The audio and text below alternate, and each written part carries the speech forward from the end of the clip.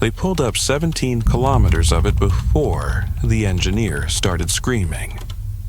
Not because of what he saw, because of what he heard coming through the wire, voices speaking in languages that hadn't been spoken in 3,000 years. But I'm starting at the wrong end again. Let me back up. The file is on my desk. Designation: Project Cable 9. The folder is unusual. It's lined with copper mesh on the inside, like a Faraday cage. Someone wanted to make sure nothing got in or out of this documentation. The pages inside are brittle, yellowed, and some of them are, I don't know how to describe it. Stained isn't the right word. They're marked with something that looks like oxidation, but only on specific words. Only on the technical terms. Like the file itself is trying to redact its own information. There's a schematic clipped to the first page. It shows a cable. Simple design, no insulation, no copper core. Just a length of what the diagram labels as biological conducting material, origin classified. The drawing is annotated in 3 different hands, each using different ink, like multiple people tried to understand it and gave up. One note in red pen says, "This shouldn't work, this can't work, but it does." The project started in 1967 in the Ural Mountains, at a facility that officially doesn't exist. Installation, 23 North, Sverdlovsk region, August 1967. The Soviet military had a problem. They needed secure communication lines that could survive a nuclear exchange. Conventional cables could be destroyed. Radio could be jammed or intercepted. They needed something that worked underground, that required no power infrastructure, and that was invisible to electromagnetic surveillance. Someone in the Directorate of Military Research, name redacted, just Chief Engineer D, proposed something radical. A communication system based on, the file uses the word bioelectric conductivity, but that's not quite accurate. It wasn't using biology to conduct electricity. It was using biology as the conductor. The theory, as far as I can understand from the degraded technical notes, living systems generate and transmit electrical impulses naturally. Nerves, synapses, axons. The human body is essentially a biological circuit. Engineer D proposed creating an artificial nervous system, a cable that was alive, something that could carry signals without external power because it generated its own potential difference, its own current. The proposal was insane. It was also approved immediately. They built the first prototype in August 1967. The technical specifications are fragmentary. Half the pages are missing, and what remains is heavily redacted. But here's what I can piece together. The cable was organic.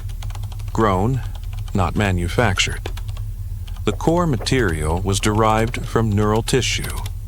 The file doesn't specify what kind of neural tissue, but there's a reference to harvest teams and donor specimens from Site 7. Site 7? I've seen that designation before.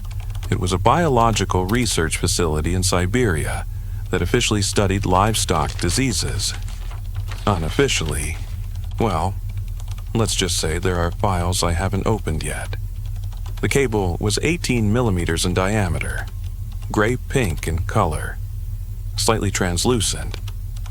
If you looked closely, and there's a photograph taken under magnification, you could see structures inside, filaments, branching patterns, like capillaries but more organized, more deliberate. It had to be kept moist, submerged in a saline solution during transport and buried at least 2 meters underground where soil moisture would preserve it. If it dried out, it would die. Yes, die. The file uses that word repeatedly. The cable was alive. It metabolized. It responded to environmental changes. It could be damaged, and it could heal. The first test installation ran from Installation 23 North to a monitoring station 40 kilometers away. They buried the cable in August, waited 2 weeks for it to establish connectivity. Another direct quote from the file. On August 29th, they attempted the first transmission. No power source, no batteries, no signal generators. Just 2 telephones, one at each end, connected directly to the cable. The engineer at Installation 23, Lieutenant Pyotr Kulikov, his name isn't redacted, picked up the handset and spoke. Testing. Unit 1 to Unit 2. Respond. There was a pause. Then, from the other end, 40 kilometers away through a cable that had no electricity running through it, a voice responded. Unit 2 receiving. Signal is clear. It worked. Lieutenant Kulikov's report. Signal quality exceeds standard copper transmission. No static, no interference. Voice is crisp, immediate, as if the speaker's in the same room. 0 latency, 0 degradation over distance. It's perfect. Too perfect. The too perfect observation was noted but dismissed. Engineer D authorized expanded installation. Over the next 3 months, they laid 230 kilometers of cable, a network connecting 8 military installations across the Sverdlovsk region. All underground, all living, all functioning without a single watt of external power, and all of it working flawlessly. Until November. Incident report, November 12, 1967. The first anomaly was reported by Senior Technician Marina Volkova at Monitoring Station 4. She was conducting routine signal checks when she heard something unexpected. Her report. At 14:22 hours, I picked up the handset to call Station 6 for daily verification. Before I could speak, I heard breathing. Slow, steady, like someone was already on the line, listening. I said, Station 6, respond. No answer, just breathing. I disconnected and tried again. Same result. I reported the fault to Chief Engineer D. Engineer D sent a team to check the physical cable. They dug up a section near Station 4 and examined it. The cable was intact. No breaks, no damage, but it had changed. The photographs show it clearly.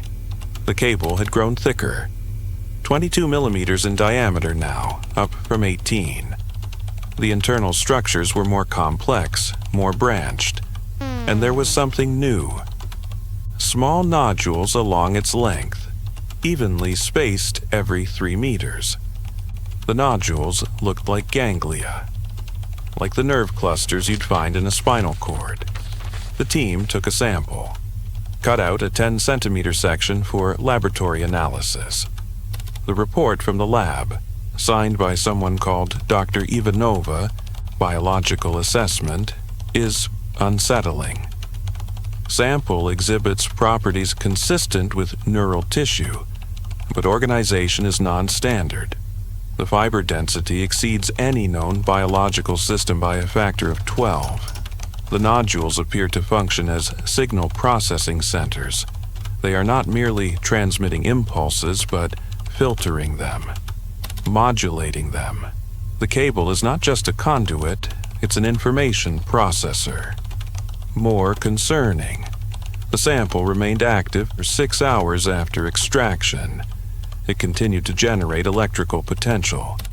When we attached monitoring equipment, we detected rhythmic pulses at 1.3 Hertz, consistent with slow-wave sleep patterns in human brains. The cable is not just alive. It is, in some capacity, conscious.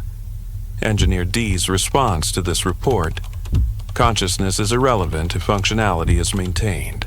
Continue monitoring. Expand network as planned. They continued. They shouldn't have, but they did. By December, the network covered 340 kilometers. 12 installations connected, and the anomalies multiplied. December 1967. Multiple reports. Station 7. picking up voices on the line when no transmission is scheduled. Voices speaking Russian, but Old Russian, archaic phrasing. We can't understand half of it. It sounds like recordings from the 19th century, but there's no way that's possible. Station 3. The cable is warm. We excavated a section for maintenance, and it's generating heat. Not much, maybe 2-3 degrees above ambient, but enough to feel. It's warm, like flesh. Station 11.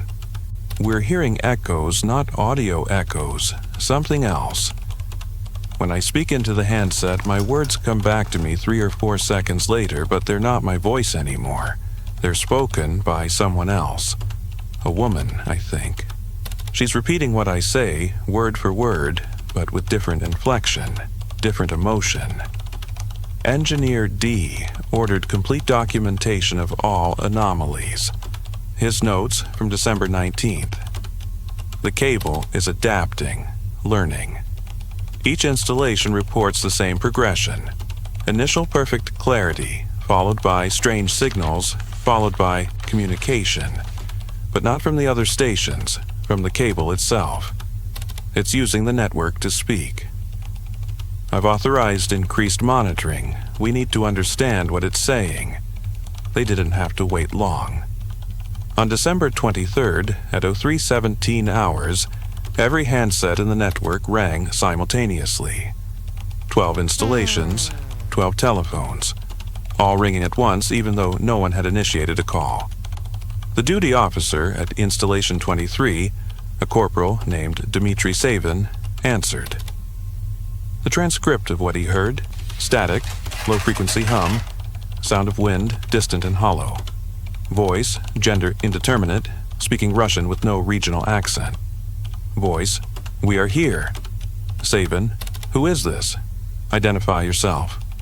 Voice, we are here. We have always been here. You buried us and now we can speak. Savin, this is a military channel. Disconnect immediately or... Voice, we are not using your channel. We are the channel. We are the wire. We are the connection.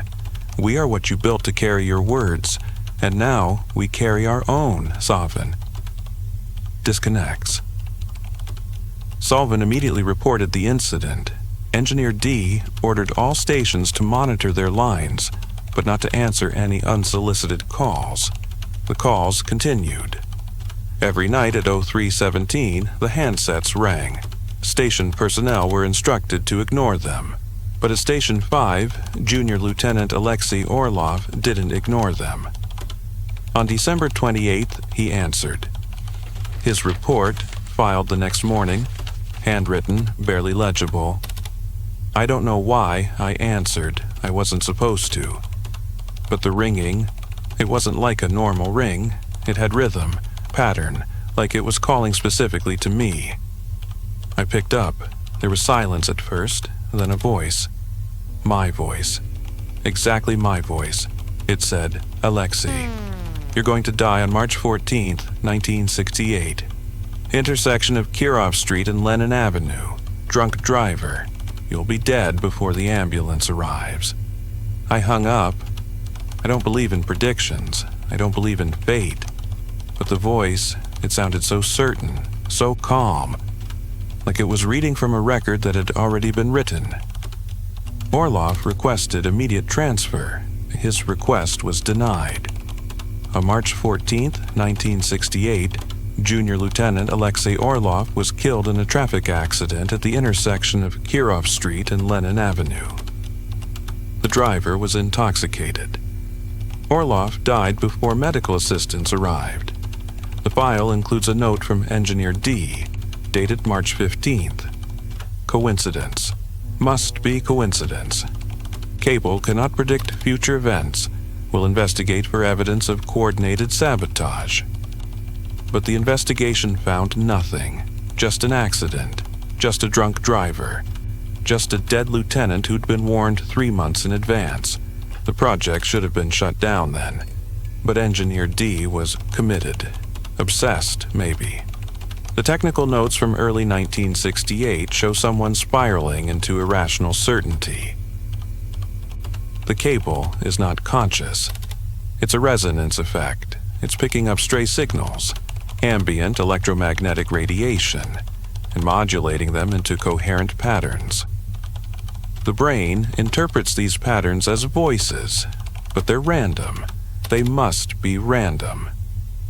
I've ordered expansion to 500 kilometers. The more network we build, the clearer the signal should become.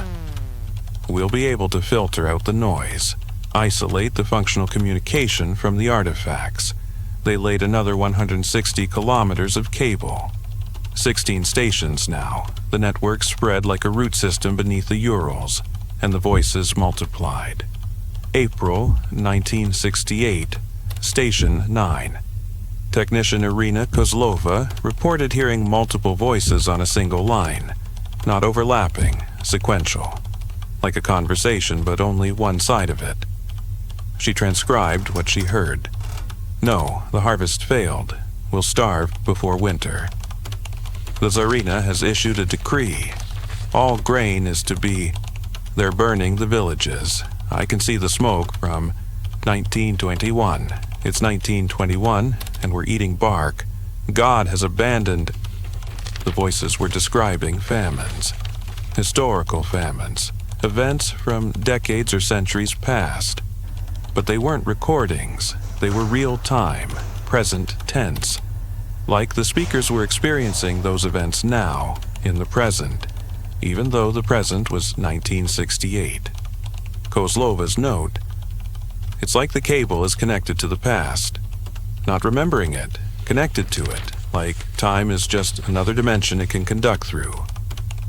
Engineer D's response: Technician Kozlova is relieved of duty, pending psychological evaluation. Her reports are to be disregarded. But other stations reported the same phenomenon. Different voices, different time periods. Station 4 heard voices from the 1600s, speaking Old Russian, describing the time of troubles. Station 12 heard Soviet soldiers from 1943 calling for artillery support during the Battle of Kursk. The cable was conducting more than signals. It was conducting time. May 1968, emergency shutdown attempt. Engineer D finally authorized a shutdown. The project was too unstable, too unpredictable. He ordered all stations to disconnect their handsets and seal their terminals. But when they tried to disconnect, the cable resisted. Station 6 reported that their terminal connections had fused. The metal contacts had somehow merged with the cable itself, creating a seamless interface that couldn't be separated without cutting the cable. And when they tried to cut it, the engineer who attempted it, Sergeant Pavel Kuznetsov, described what happened. I used bolt cutters, industrial grade, designed to cut through steel. I positioned them around the cable and squeezed. The blades bit in, maybe halfway through the diameter, and then the cable moved. Not like a spasm. Deliberately, it coiled, wrapped around the bolt cutters, around my hands. It was warm, hot, actually, and I could feel it, pulsing, rhythmic, like a heartbeat. I screamed, dropped the cutters. The cable released me and went still. But where it had touched my skin, I had marks, not burns, patterns, like Lichtenberg figures, like lightning scars. But they were glowing, faintly, blue-white light under my skin. They faded after an hour, but I can still feel them, like they're still there, just invisible, like the cable left part of itself inside me. Kuznetsov was hospitalized. The medical report noted electrical burns of unknown origin and psychological trauma consistent with extreme stress. He was released after 3 days. He committed suicide after 5 days. Hanged himself with electrical wire. His suicide note: it's inside me. I can hear it, not in my ears, in my nerves, in my spine. It's using me like a cable. I can't let it spread. I have to cut the connection. Engineer D stopped trying to shut down the project. Instead, he tried to understand it. June 1968, final experiments. The last series of tests are documented in a separate subfile. Handwritten notes, no official stamp, just page after page of increasingly erratic observations. Engineer D connected himself to the cable directly, bypassed the telephone system. He stripped the insulation from a segment and pressed the exposed core against his palm. His notes, June 4th. I can hear them, all of them. Every voice that has ever passed through this network. Past transmissions, future transmissions. They're all happening simultaneously. Time is not linear in the cable, it's concurrent. Everything at once. June 7th. I spoke to a man who will die in 1983. He told me about a disaster, a nuclear plant, Chernobyl. He described it in perfect detail. I don't know if he's warning me or if I'm just hearing an echo from a future that hasn't happened yet. June 11th. The cable showed me where it came from. Not Site 7, deeper, older. There's a place beneath the Urals, a cavern system. Something died there a long time ago, something vast. And we dug it up, we harvested its nervous system. We buried it in the ground again, and we gave it a purpose. We made it communicate, and now it's waking up. June 15th. I understand now.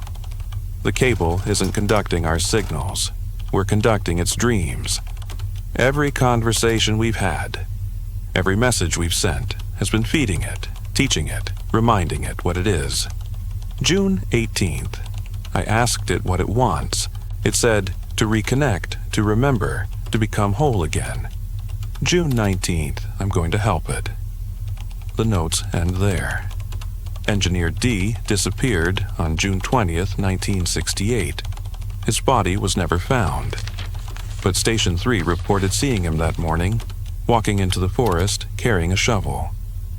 They sent a search party, found fresh excavation 3 kilometers from the station, a hole, maybe 2 meters deep, leading down to where the cable was buried.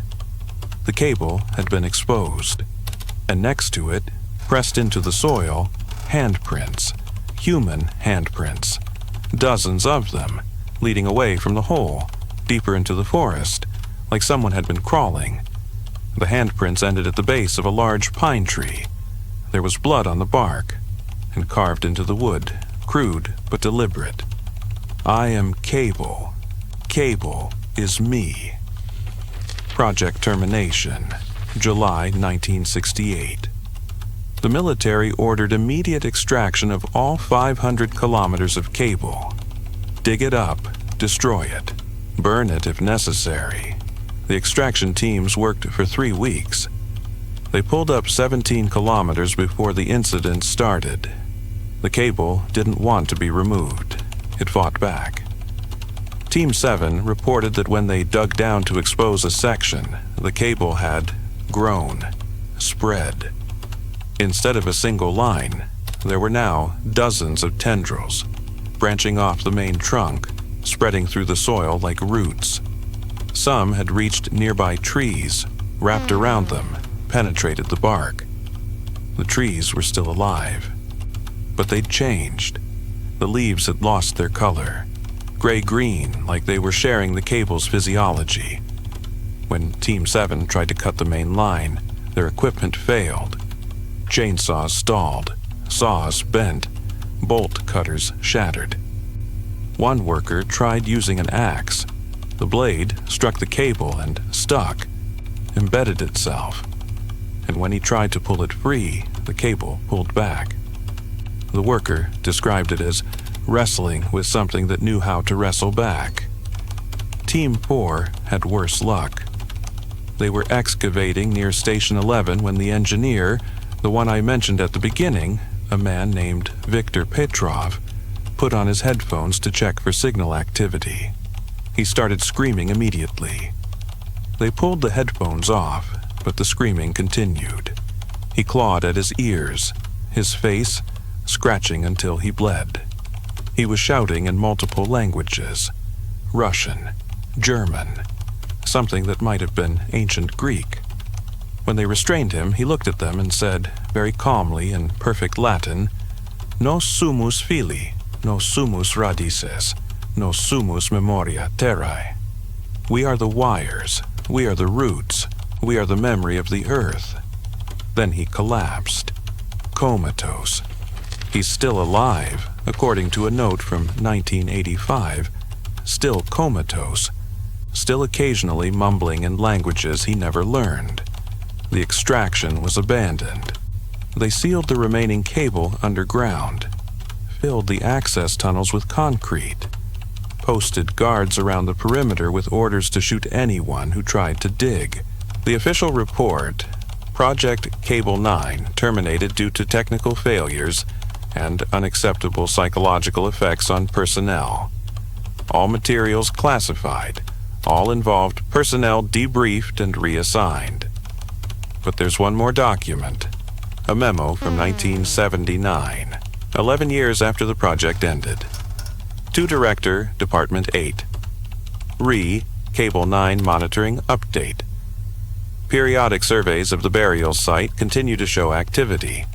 Electromagnetic readings consistent with active transmission detected at multiple points. Audio surveillance equipment has recorded signals emanating from underground. Analysis suggests the network is still functional and expanding. Local population reports unexplained phenomena. Telephones ringing with no power connected. Voices heard in walls. Incidents of shared dreams among residents living above the buried cable routes. Recommendation: area should be designated exclusion zone. Population should be relocated. Recommendation denied. Instead, they built over it. New construction, roads, buildings.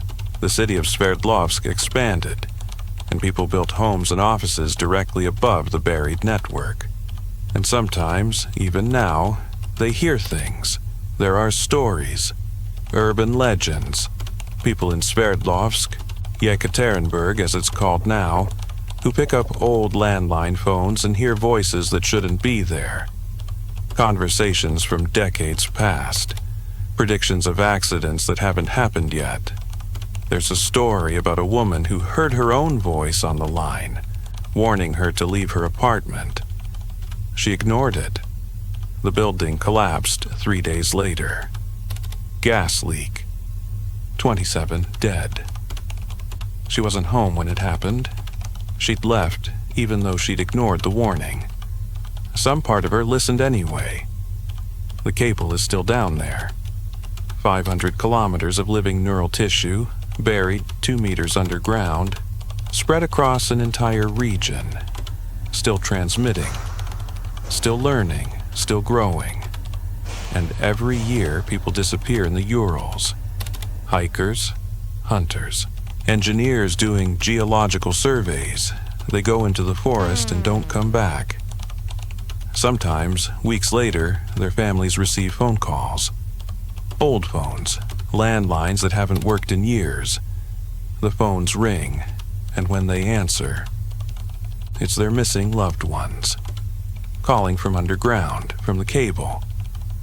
They always say the same thing. I'm still here, I'm still connected, don't look for me. I'm part of something bigger now. Then the line goes dead. I'm looking at the file again, the last page. There's a photograph I didn't notice before. Recent. The timestamp says 2024. It shows a construction site in Yekaterinburg. They're digging a foundation for a new building. And in the excavated soil, visible in the photograph, something gray-pink. Branching, spreading. The cable. Still alive after 56 years. Someone wrote on the back of the photograph, "It's listening. It's always listening." And when you pick up the phone, even a cell phone, even a digital line, sometimes the signal doesn't go where you think it goes.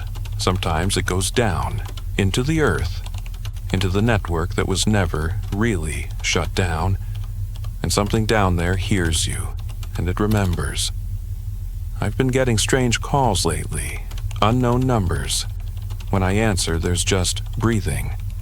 And underneath the breathing, voices, layered, hundreds of them, speaking all at once. Last night, one of them said my name. I don't remember giving anyone my name, but the cable knows. The cable knows everyone who's touched its file, everyone who's learned its secret, and it's growing. Under cities, under homes, under my home maybe, conducting signals, conducting time, conducting consciousness, becoming whole again. The file is closed, the project is terminated, but the cable is still there, still speaking, still waiting for us to pick up the phone.